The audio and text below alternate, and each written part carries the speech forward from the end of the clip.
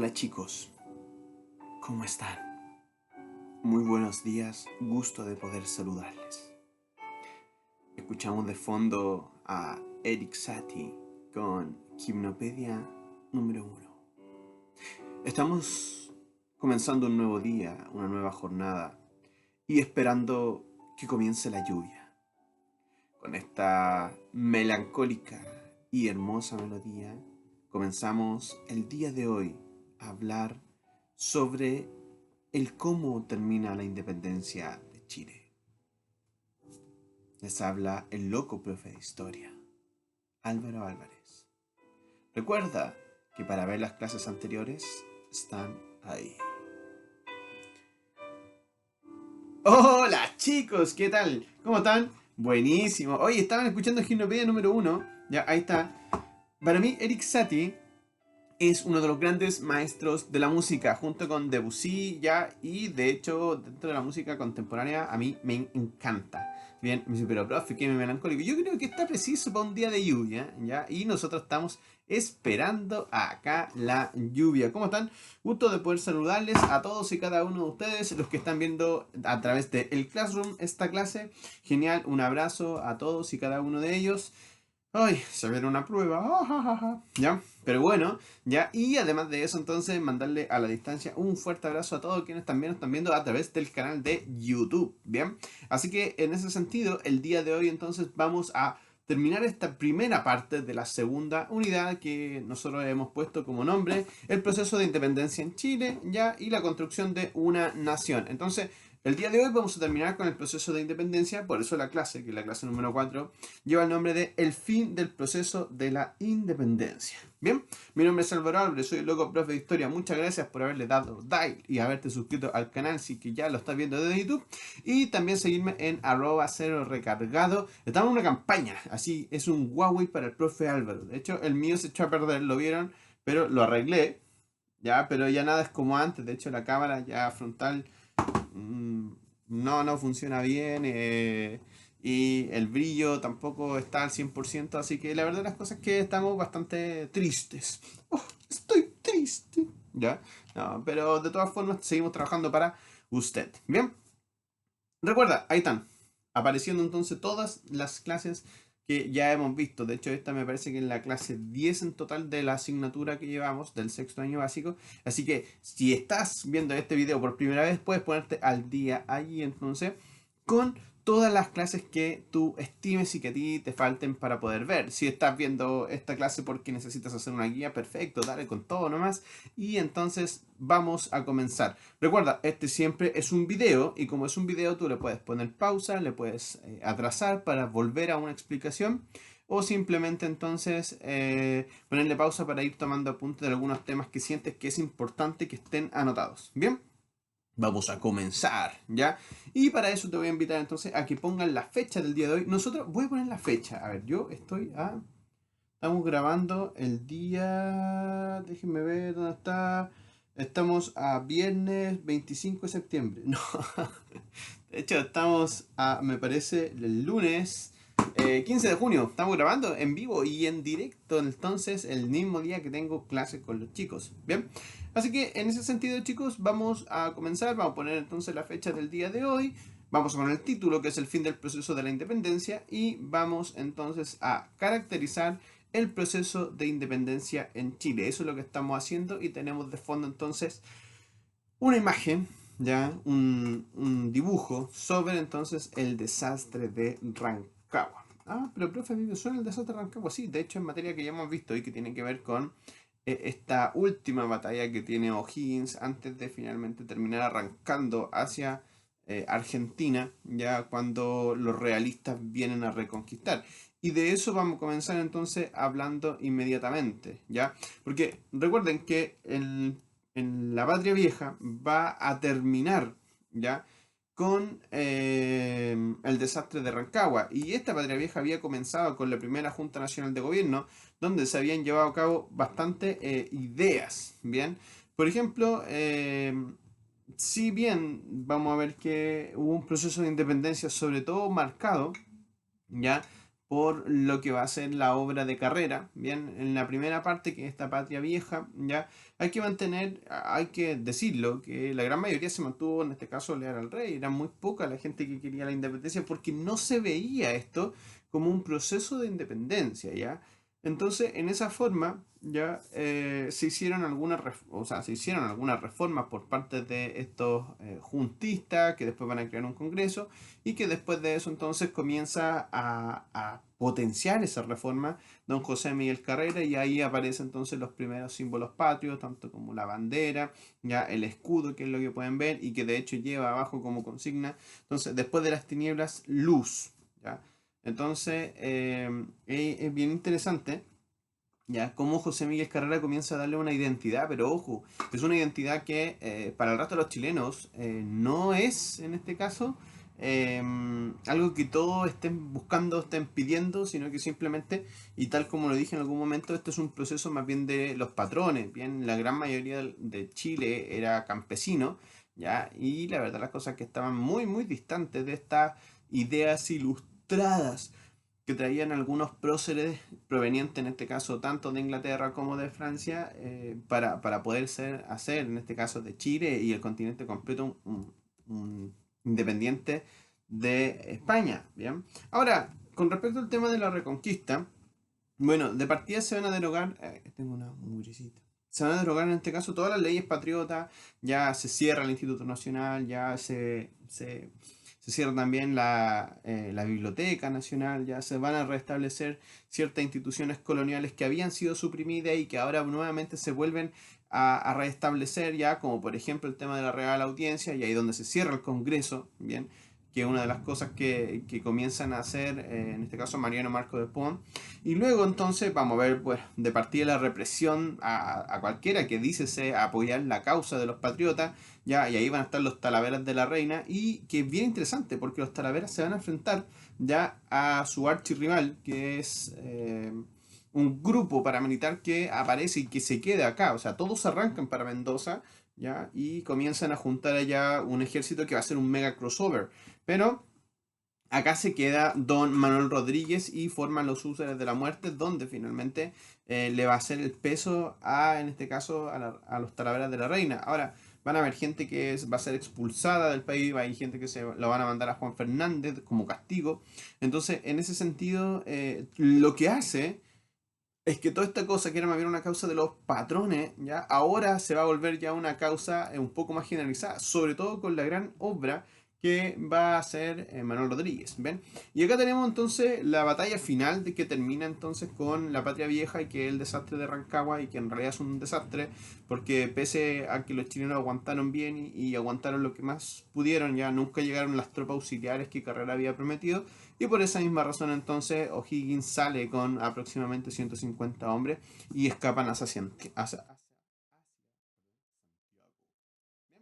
Ahora, fíjense que es bien interesante porque ya lo habíamos visto ya, entonces que Don Manuel Rodríguez es el gran héroe que va a quedar acá y que finalmente no solamente logra hacer los batallones, el batallón Los Húsares de la Muerte, sino que también lo que hace es finalmente crear distintas montoneras, ¿ya? Y jugar a lo que es el juego de guerrillas, ¿ya? Entonces, en ese sentido va a comenzar a boicotear a los españoles que quedan acá y además de eso, entonces vamos a ver cómo comienza esta causa independentista ya a agarrar un poco más de fervor gracias a la imagen de entonces el hombre de las mil caras, que era don Manuel Rodríguez. Y eso es porque finalmente se disfrazaba, se infiltraba, era un snake completamente. ¿Ya? Y finalmente es, yo creo que uno de los grandes padres que tiene entonces la independencia de Chile. ¿Bien? Vamos a comenzar entonces a hablar del proceso de la Patria Nueva, ya que decimos que la Patria Nueva comienza con lo que va a ser la batalla de Chacabuco, donde está victoria de este ejército libertador, oh, y victoria por los pelos, porque recuerden que, y ya lo habíamos conversado, O'Higgins se tira solo, y O'Higgins, la verdad, las cosas que militarmente es bastante malo como general. Ahora, en ese sentido, ya el ejército libertador viene con 5.000 hombres divididos en distintos pasos, ya porque ustedes entenderán que pasar 5.000 hombres por cordones de la cordillera donde no hay caminos pavimentados, no hay nada, simplemente huella de arriera, eh, es bastante compleja. ¿Ya? Entonces, a partir de eso, se produce lo que va a ser la batalla de Chacabuco, ¿ya? Donde ganan en este caso los patriotas, vuelvo a insistir, no con pocas bajas, entendiendo que no era una batalla tan difícil, es decir, Manuel Rodríguez había hecho un muy buen trabajo, ya había boicoteado las cadenas de suministro de los españoles, y por esa misma razón Chabuco no debería haber sido tan complejo. Pero bueno, ahí vemos que la inexperiencia o la ineptitud militar que tiene en este caso Higgins provoca que casi finalmente sea debut y despedida en este caso del Ejército Libertador. Bien, ahora frente a eso, ya Marco de Pon, o Casimiro Marco de Pon, que era el gobernador que estaba acá en Chile, decide entonces replegar sus fuerzas, se va hacia el sur, donde finalmente va a ser asediado ya en Talcahuano, esperando a que llegue, a Mariano Osorio, que va a ser el que finalmente trae los refuerzos del Perú, pero además de eso, es una estrategia militar extremadamente buena. Entonces, frente a eso, llega Mariano Osorio, ¿ya? Y eso hace que los patriotas finalmente también se vuelvan a replegar, ¿ya? Entonces, es bien interesante cómo podemos ver acá, ya la batalla de Chacabuco en sí, propiamente tal, ya en este dibujo, en esta imagen, me parece que es un óleo, sí, es un óleo, ya. Entonces, vemos que la batalla de Chacabuco tampoco era tan... No era así como la mega batalla, pero vuelvo a insistir, puso en peligro todo Higgins debido bueno, lamentablemente su ineptitud, ¿ya? Luego vamos a ver que vamos a ver otra batalla, porque una vez que se repliegan, ya la fuerza, ya Chile había firmado la independencia en Talca, en este caso el ejército patriota estaba apostado en cancha rayada. Bien, ahora está apostado, significa que estaban descansando. ¿Cuál es el punto en cancha rayada? Que en marzo del año 1818 los realistas, llamando de Mariano Osorio, pillan desprevenido en este caso el ejército patriota y finalmente es una gran derrota. Una gran derrota, de hecho se pensó que tanto O'Higgins había muerto como San Martín había muerto, más de 2000 personas en este caso dispersadas, dejaron los cañones, arrancaron con lo que pudieron, ya, y finalmente fue un desastre, una debacle, y moralmente todo bastante mal, porque de hecho la gente empezó a decir que ya la causa de la revolución estaba perdida y todo lo demás, y ahí nuevamente se alza la figura de Manuel Rodríguez como este gran coronel ya que finalmente es el que incluso va a tomar el poder mientras O'Higgins no está. Ahora, O'Higgins sale herido en esta batalla, ¿bien? Y sale herido, se le muere el caballo y después entonces lo suben a un caballo y se arranca y todo lo demás para que finalmente sobreviva. Bien interesante porque una vez que, bueno, San Martín se queda también acá cerca del Valle de Colchagua, porque esto fue cerca del Talca, entonces se empieza a replegar, comienza a juntar a toda la gente que se había arrancado, que se había dispersado, ya, y van a juntar todas las tropas y finalmente llegan a Santiago, donde van a esperar ya la batalla final, así, el Mariano Osorio que va a ser el Thanos ya contra todos estos personajes que se van a enfrentar en lo que va a ser los llanos de Maipú. Entonces es bien interesante el cómo finalmente, fíjense, la figura de Manuel Rodríguez ya se alza nuevamente y que a partir de eso entonces va a generar ya una disputa con O'Higgins, ya porque O'Higgins de hecho comienza a verlo como una persona bastante peligrosa para sus planes siniestros, ¿ya? Así que no sé si eran siniestros, pero para sus planes, bien, lo otro fue una cosa para que sonara cool. Ahora, ahí está, ya entonces Mariano Osorio finalmente va a derrotar a los Patriotas, O'Higgins es herido, y después entonces el 5 de abril se produce este mega crossover porque se juntan todos los Patriotas, incluso llega al campo de batalla O'Higgins, que estaba herido, que estaba en Santiago, pero que él sabiendo que era este el momento, ya finalmente decide presentarse en el campo de batalla, y más que porque hoy O'Higgins llega así como el Capitán América y que llega así súper choro y que mata a mil, no, o sea, de hecho en realidad tiene que ver con cómo sube la moral al soldado, ¿bien? Porque O'Higgins, vuelvo a insistir, a diferencia de Carrera, que generaba bastante anticuerpo en sus soldados porque era bastante cobarde, porque a veces los dejaba botados, O'Higgins no era así. Entonces, en ese sentido, él puede haber sido muy mal estratega, pero tenía una pachorra horrible. Entonces, él le ponía, y pese a que iba a morir o que estaba ahí al límite, él igual estaba al pie del cañón, él tenía los pantalones puestos. Entonces, en ese sentido, cuando lo ven ahí llegar a O'Higgins, ya su director supremo, y llega herido y todo, en realidad es moral, es moral. Viene a darle mucha moral al ejército y eso hace que finalmente te suba la adrenalina, suba la estamina y ¡pa! Golpe decisivo entonces y se ganan la batalla de Maipú. Bien, ahora con eso se termina ya en general lo que va a ser estas campañas, bien, de militares de la independencia. Sin embargo, ya los realistas que quedan ya acá en Chile se van a replegar hacia el sur y van a empezar a dejarla embarrada, ¿ya? Y ahí donde aparece el concepto de esta guerra a muerte, ¿ya? Y que en realidad es el eliminar, ¿ya? Estos últimos vestigios realistas que van a quedar y que la última vestigio va a estar allá en el sur, principalmente en Chiloé. Pero van a pasar primero por Valdivia, van a pasar entonces por distintas ciudades del sur. Y acá es donde vamos a ver que don Vicente Benavides, ya uno de los grandes traidores que uno pudiese ver, ya porque en algún momento estuvo del lado de los patriotas, de algún lado de los realistas, y que finalmente él va a estar liderando ya todas estas montoneras que van a ir dejando la embarrada en este caso para allá para el sur, ¿bien? Pero la guerra a muerte finalmente se va a llevar a cabo y que va a terminar con Benavides ya apresado y que finalmente se termina los últimos vestigios ya en Chiloé de los realistas. Bien, ahora es bien interesante y esto quizá ustedes lo pueden escribir ya porque esto un poco ya de los contenidos que resume todo lo que hemos visto ya.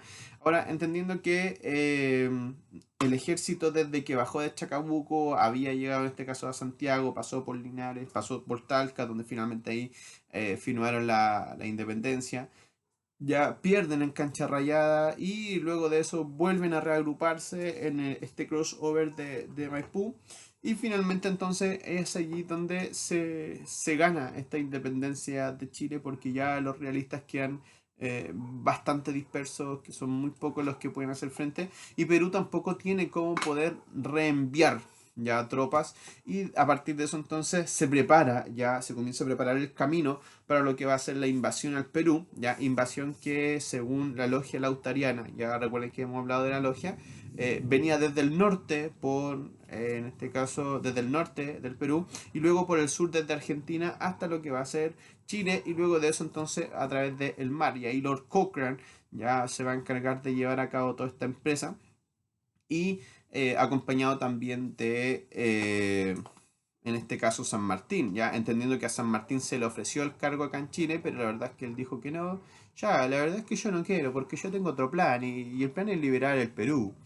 Y se van a juntar también con Sucre, ya con Bolívar, que son otros próceres americanos que finalmente van ya de la mano con todo este plan que tiene o esta logia lautariana. Bien, ahora, es interesante porque quien no cabe dentro de la logia lautoriana finalmente lo va a ser erradicado. Recuerden que se le pidió a José Miguel Carrera unirse a la logia, ya él se negó, ya dijo que no quiso, que eso era cosa más bien de satánico, ya hijos de Satanás. No, no era hijos de Satanás, pero sí dijo que era algo que iba contra sus principios. A Rodríguez también, y la verdad las cosas que tampoco. Entonces, en ese sentido, es bien interesante el rol que tiene Arlequín acá y San Martín en la cabeza. ¿Bien? ¿Cómo se resume entonces esta patria nueva? Vamos a ver, primero, la victoria de Chacabuco, se proclama la independencia, la victoria definitiva, en este caso en Maipú, ¿ya?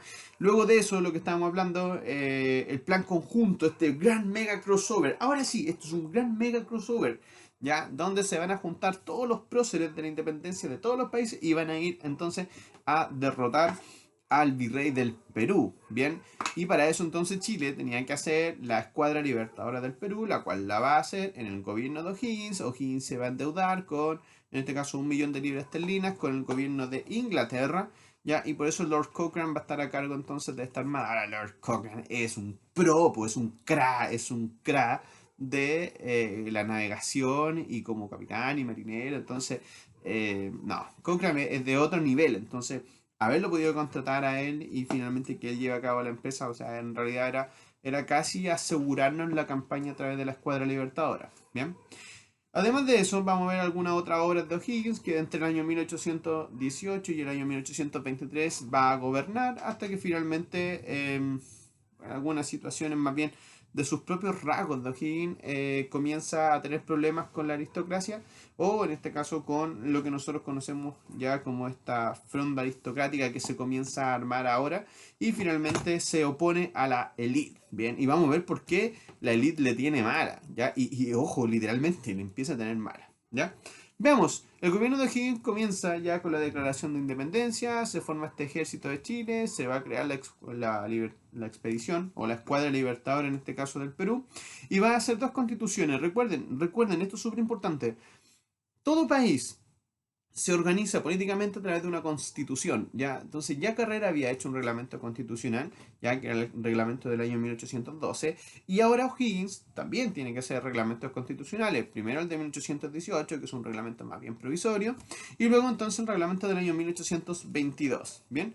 Ahora, O'Higgins va a crear también los primeros ministerios y ahí donde va a tener problemas con el Ministerio de Economía, ya que está bien siendo mal visto, ¿ya? Ahora, dentro de las obras que hace O'Higgins, ¿ya? Lo primero es que comienza todo un proceso de hermosamiento de la ciudad, aparece la Alameda la Alameda de las Delicias, ¿ya? Que es lo que hoy en día conocemos como la Alameda en Santiago, esta principal avenida que tiene la capital, ¿ya? Y que él lo hizo en un espacio bastante grande y además de eso, pensado en este caso como un paseo para lo que es estos chilenos independientes que pueden entonces caminar por estas grandes alamedas. No, me parece que eso era otra persona. Pero la verdad las cosas es que esa es la idea, es decir, que se pueda caminar libre por entonces las calles de tu país, ¿bien? Se va a prohibir algunas cosas, ya como por ejemplo las corridas de toros, se crea el cementerio general y con eso entonces se termina la práctica de enterrar los difuntos en las parroquias, porque esa era la práctica que tenía. Entonces, mientras más plata tenía, más cerca estaba de las parroquias, porque de esa forma se iba al cielo, ¿ya? ¿Ok? Pero O'Higgins termina con esa práctica porque era bastante insalubre. De hecho, en algún momento van a haber tantos muertos que empiezan a aparecer cadáveres, corpse, ¿ok? Y que los sacaban ya desde esos mismos cementerios, ya que habían dentro de las parroquias. Entonces, por eso en algunas películas como que cuando uno ve una iglesia al lado ve como tumbas. Sí, era una costumbre que se tenía antiguamente de enterrar a la gente, bien, en lugares santos, bien, y en este caso el lugar más santo era cercano entonces a una iglesia. Bien, luego se produjo la incorporación ya del sistema lancasteriano, ya, o Lancaster, ya para la educación. Hay gente que se ríe, que todavía piensa que estamos en el sistema lancasteriano, bien, porque tiene que ver más bien con la instrucción, bien, más que con la educación propiamente tal, sino que más bien con la instrucción. Ahora, es un aporte, obviamente que sí. ¿Por qué razón? Porque en Chile, en general, tú para educarte te educabas en un colegio religioso, ¿ya? Y si después querías seguir, tenías que irte del país, ¿bien? ¿Y para qué decir? O sea, la universidad era como la Universidad Real de San Felipe y no había más, ¿ya? Entonces, ir a Real de San Felipe. Era obvio que se iba a eliminar porque era del Rey de España, ¿bien?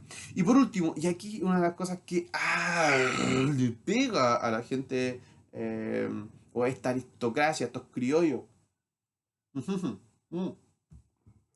que es la abolición de los títulos de nobleza. Ahora ya no había, uy, el conde, el marqués, o no, chao, O'Higgins dice, compadre, somos todos iguales, somos todos chilenos. Y usted entenderá que para alguien que dice, oh, pero yo soy conde. No, ya no eres conde, eres chileno. Y si a eso uno le suma que estaba la libertad de vientre, es decir, que yo como cuico ya no podía tomar al hijo de mi esclava negra, en este caso, como mi sirviente, wow, o sea, y ahí se empieza a tirar gente encima. Y después, ojo, porque dentro de este gobierno Higgins ya también comienza a verse que la libertad ya comienza a pensarse y se va a llevar a cabo la libertad de los esclavos. Entonces, de verdad, usted entenderá que la gente cuica ya le tenía bastante mala por los privilegios que habían perdido con esta independencia.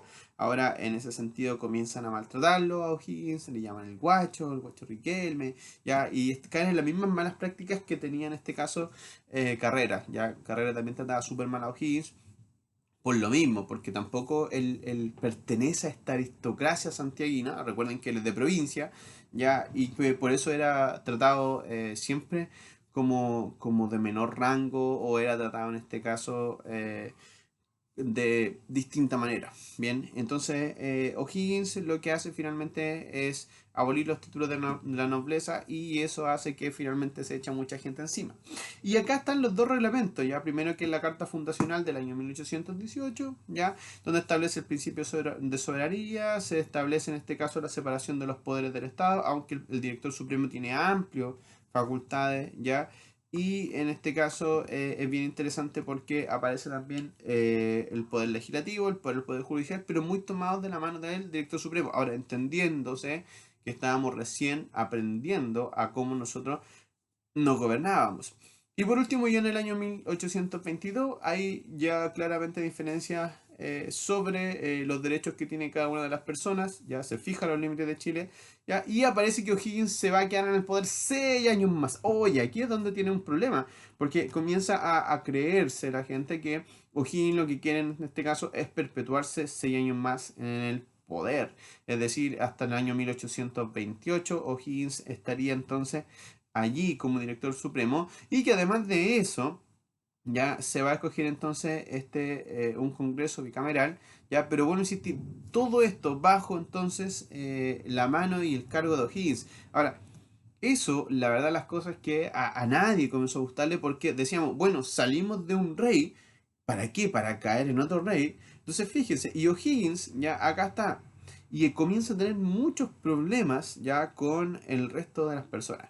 Fíjense, voy a leer textual. Dice: el 15 de abril del año 1818 llega a Santiago la noticia del fusilamiento de Juan José y Luis Carrera. Wow. ¿Quiénes son? Hermanos de José Miguel Carrera. ¿Ya? El gobernador de Cuyo lo comunica al director supremo en términos breves y omitía artificiosamente declarar cuáles habían sido los móviles verdaderos de aquella ejecución. Aunque en realidad los Carreras no contaban con mucha simpatía, sobre todo en la alta sociedad, se produjo un sentimiento de tristeza al saberse el trágico fin de los desventurados hermanos. El tema es que a los Carreras nadie los quería. Si eso es así, ya los Carreras eran súper choros, eran picados, hacían lo que querían, se creían los más cool del universo, y la verdad es que eran bastante antipáticos. Entonces, en ese sentido, ya bueno, a excepción de la Javiera, que era la que le ponía los paños fríos a estos tipos, ¿ya? Y la verdad las cosas es que ahí es donde uno dice, wow, ya se murieron los Carreras, pero se culpaba a O'Higgins de que O'Higgins no había hecho nada. O sea, oye, pero para, con Carrera y con su hermano, no, chao, déjalo. Y además que fue por una estupidez, ya, bueno. Ahí, si usted quiere averiguar más qué pasó con los hermanos Carrera, ahí tiene el internet completo para poder averiguarlo. Digo internet porque en su libro sale muy poco de esto. ¿Bien? De hecho, nada. El Cabildo de Santiago, entonces, bueno, después se reunió ya el 17 de abril para ver algunas cosas que el director supremo tenía que ver, ya, y lejos, en este caso, de limitarse a la discusión previamente establecida, se formularon proposiciones que, si bien no eran propiamente revolucionarias, tendían a agitar los ánimos y a limitar el poder omnímodo de que había dispuesto el director supremo. Bien, y ahí está. Entonces el director supremo comienza a tener mucho poder y nadie le puede decir nada, ¿ya? Porque en realidad eso quiere decir que se están oponiendo a su gestión. Y allí aparece el nombre de don Manuel Rodríguez, ya, que se había puesto al desarme del escuadrón USA de la muerte, y que O'Higgins lo quería desarmar porque sentía que era un peligro para él, porque le podían hacer un golpe de estado en cualquier momento, ya, que se seguía mostrando hostil al gobierno y que ahora parecía muy aguileado por la ejecución de los Carreras. Era el más ardoroso de los agitadores. Recuerden que Rodríguez es amigo de José Miguel Carrera, bien, o sea, fue el compadre que trabajó con él durante su gobierno, fue su ministro de defensa, y la verdad es que habían sido amigos de infancia. Entonces usted entenderá que culpan a O'Higgins, ya finalmente, de la ejecución de todos los Carrera, y eso incluye después a don José Miguel Carrera, que también va a ser ejecutado ya en la ciudad de Mendoza, ya, porque él traía una montonera de flaites que O'Higgins vio y pensó que, oye, esto era un pequeño ejército que estaba formándose para hacer un golpe de estado, porque ya Chile estaba independiente. Él había reunido muy poca gente, pero a través de lo que eran las Pampas Argentinas fue a ver, reuniendo gente, pero que era gente bastante bien malvada, bien desordenada, poco disciplinada, y que en su paso ya por Argentina habían hecho algunas atrocidades, razón por la cual fueron sentenciados a muerte, ya él como en este caso comandante de su ejército, ¿bien? Y Carrera, o sea, él esperaba, ya, bueno, yo creo que quizás Carrera no esperaba ayuda de O'Higgins, pero tampoco O'Higgins hizo nada para detenerlo, decir, no, es que ya, ok, Carrera en realidad lo vamos a pescar, lo vamos a tener preso aquí, etcétera, etcétera. No, de hecho, para O'Higgins era muy bueno finalmente que Carrera muriera. Entonces, claro, él lo manda en este caso a matar, y porque de eso lo culpa, ya, pero más que mandarlo a matar, en realidad él omite el poder defenderlo, que sí podría haberlo hecho, ya, o sea, con el poder que O'Higgins tenía, perfectamente podía haber impedido la muerte de ellos. Bien, pero y no lo hizo. Bien. Ahora, es bien interesante porque, bueno, de hecho dice que en aquella reunión se señaló que la asentada ya la situación interior por el triunfo definitivo sobre los realistas, era tiempo de dar al país una constitución que fuese garantía de que todos los chilenos no estaban sometidos a la autoridad absoluta de un solo hombre, ¿ya? Y entonces lo que se requería era un nuevo reglamento constitucional, y por eso después va a aparecer la primera constitución, que es la constitución moralista, ya de don Mariano Gaña, pero es bien interesante, porque finalmente acá, a ver, primero Manuel Rodríguez, ¿cuál es la crítica que hace? Ya, primero es que está acumulando mucho poder. Segundo, como yo estoy criticando al gobierno, o sea, O'Higgins dice, no, oye, disuelve a estos tipos, ya, y lo que es peor, ya, eh, se establece una relación en que O'Higgins finalmente no ha hecho nada para evitar la muerte de los Carreras, y es más, incluso se le culpa a él de su muerte. Entonces, usted entenderá que con todo eso, ya, y si se está echando encima a Manuel Rodríguez, ya, eh, la verdad las cosas que había una pura forma de solucionarlo, ¿ya? Y o sea, O'Higgins finalmente manda a tomar preso, en este caso a Manuel Rodríguez, ya disuelve el batallón y finalmente es asesinado, ¿ya? Rodríguez es asesinado, ya no sabemos si fue por orden de O'Higgins o no, pero una vez que tiene estas discusiones y estos malentendidos, finalmente Rodríguez es tomado preso y cuando era llevado a la cárcel de Quillota, ya en el camino finalmente va a ser asesinado por la espalda en Tiltil. O sea, esa es la muerte que finalmente le dan, es decir, ni siquiera es un fusilamiento como por ejemplo Carrera, que morirá con dignidad y muere por Chile, etcétera, etcétera. Pero O'Higgins finalmente se entiende que da esta orden de apaciguar a esta persona que estaba siendo bastante escandaloso para su gobierno. Y finalmente entonces todas esas cosas, estas sumas, no le iban a salir gratuita a O'Higgins y al contrario, de hecho, van a hacer que en el año 1822, cuando la constitución diga perpetúe en este caso la presencia de O'Higgins por 6 años más, se diga, oye, O'Higgins, es que aquí tenemos un problema tremendo, ¿ya?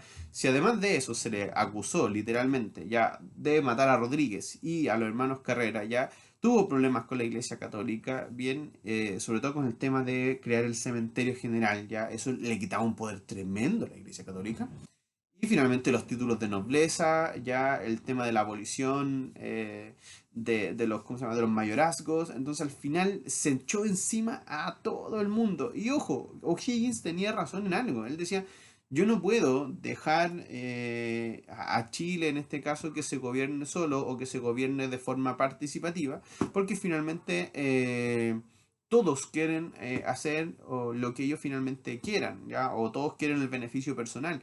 Entonces O'Higgins por eso en realidad mostraba o se mostraba bastante duro, entendiendo que si no lo hacía alguien con esa dureza, claramente que finalmente iba a hacer un despelote, iba a haber un proceso de anarquía y que, oh, después que renuncia O'Higgins, el 28 de enero de 1823, hay un periodo de la historia de Chile que muchos historiadores por mucho tiempo le llamaron periodo de anarquía constitucional.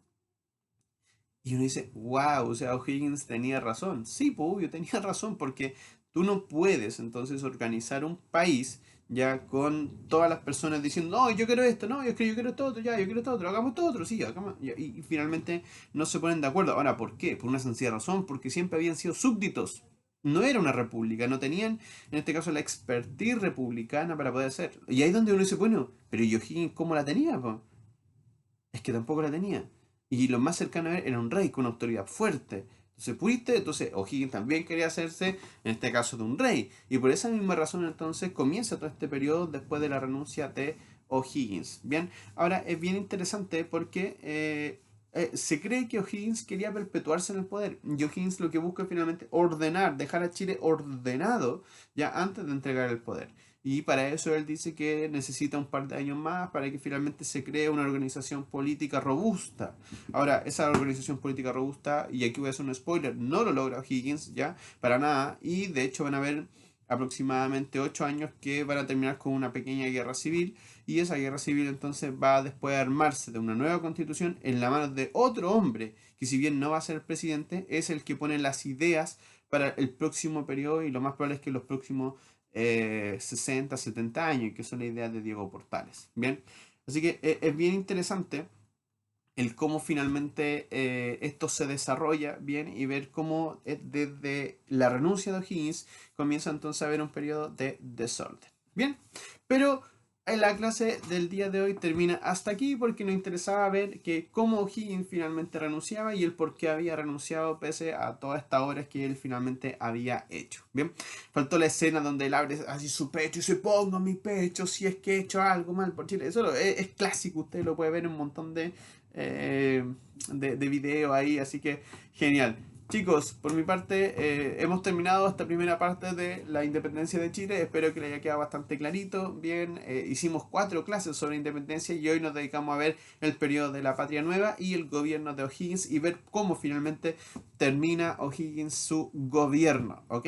O'Higgins, y aquí voy a hacer un último spoiler. Ya O'Higgins, una vez que renuncia, no se queda en Chile, sino que lo que hace es se exilia en el Perú, donde es un héroe, entenderá que O'Higgins se endeudó con Chile, se endeudó a Chile para ir a liberar al Perú, y finalmente se le da una hacienda donde él va a morir muchos años después, y no va a volver a Chile hasta después que él haya muerto, y solamente quedan sus restos sepultados en el cementerio general en Santiago. Bien, así que O'Higgins se va de Chile, nunca más vuelve, pero por lo menos no termina con una bala en la espalda o no termina fusilado en Mendoza, ya que es como termina en este caso Rodríguez y José Miguel Carrera. Bien, así que es bien entretenido, es bien interesante el poder aprender entonces cómo este proceso de independencia que tuvimos fue bastante complejo en todo sentido. Así que muchísimas gracias por haber visto esta clase. Te mando un abrazo fuerte para que comencemos esta semana con todas las ganas. También un abrazo a la distancia para darte mucha fuerza por esta situación del coronavirus que de verdad está afectando a nuestro país. La idea es quedarse en casa, ya no porque tengamos que estar encerrados, es porque es el lugar donde más protegidos nos encontramos, ya. No hay más lugar más seguro que en sus propias casas, chicos, así que quédense en casa. Acá desde la distancia les mando un fuerte abrazo. Terminamos esta primera parte de la unidad 2, que era sobre independencia y la construcción de una nación. Chicos, un abrazo, que estén muy bien, cuídense y nos vemos. Hasta la próxima. Recuerde, ahí está, suscribirse, ya, darle like a este video, compartir y al ladito, ahí está, seguir al Loco Profe de Historia en YouTube y también entonces @0recargado. Chicos, que estén muy bien. Hasta luego.